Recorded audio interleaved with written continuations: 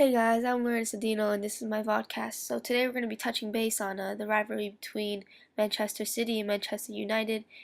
Both teams that originate from England. So today that's what we'll be talking about. And today I brought in a guest speaker, my sister Lisa Cedeno.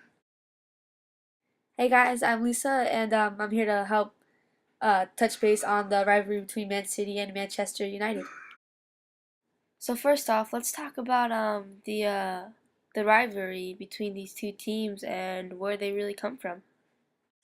So I think Manchester is a really good team. I favor them a lot because I think they're such a tight and close team that has a lot of connection. It's not just one player team. Yeah, I totally agree with you. And then again, on Man City side, they have some of the some of the top forwards playing on that team, as well as Manchester United. For example, they have Rooney, and on Man City's side, they have Nassery, who just came from Arsenal. right. They have Tevez. They have Aguero and Silva. They have all these. Colback. They have a lot of people, and on Manchester's side, they have you see as the starting lineup, Welbeck, Rooney. In the back, they have Fabregas. They have a lot of players that are known for one of the top players in the world. Yeah, and even on defensive side, they have some of the top defenders in the world playing on each side of the end of the field. For instance, in Manchester City, unfortunately right now Vidic is out on injury. I think he Uh, had an ACL he torn. he tore his ACL. He's been out, but you know what? It's not one of those ACL tears where you are out for the Yeah, whole season. I He's just don't think it was a ACL it tear. might I have think it was been a a more a a meniscus. meniscus. Yeah, it Yeah, was a meniscus tear due so he to shouldn't be out that what everybody long. was saying. Right. But hoping for a fast, quick, and recovery for him. Right now, filling in for him, you have Fabregas, this man right here.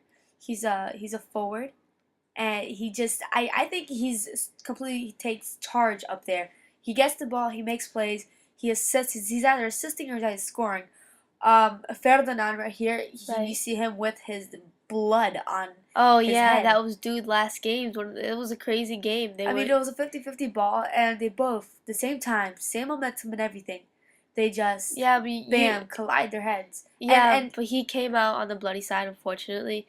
And his challenger Silva didn't even have one scratch on him, which I thought it was really funny. But you know what? It was a fair challenge, and I think the ref did what he had to do, and he no, played I, advantage. I kind of like, I think Balotelli is an awesome player, but I think he also is a hothead. What do you think of that?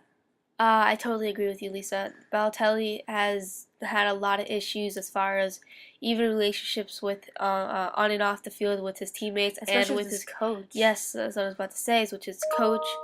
From what I hear, he has really bad attitude and temper, and sometimes people get really fed up with it and just don't know what to do. He's been kicked off the field a few times in 2 matches ago when he played Sevilla. They totally went at it. Him and Yeah.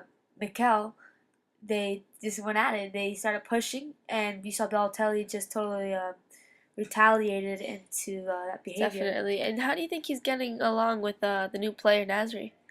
Nazari's an awesome player. He came from Arsenal. As a new player, you kind of have to get comfortable with your new teammates, Right. and you have to become Now let me accustomed to that ask you this. atmosphere. We're looking at a photo right now of Chicharito. How do you think he's doing right now as far I think he's as doing awesome. He's had 12 goals in the season, and the season just started 2 weeks ago, and I think that's amazing to have 12 goals already. I think he's a playmaker. He's a goal scorer.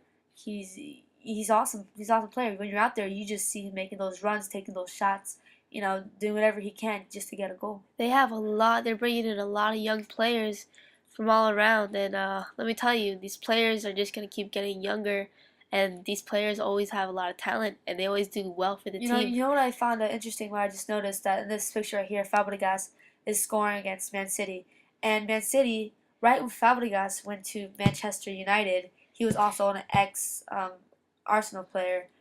That was the same time Nasri left to Man City and Fabregas left to Manchester. and they played each other that same year they both left. I thought that was Great uh, experience, I for the by all both of them, means. right? I mean, they used to play on the same team, and now they're playing against each other.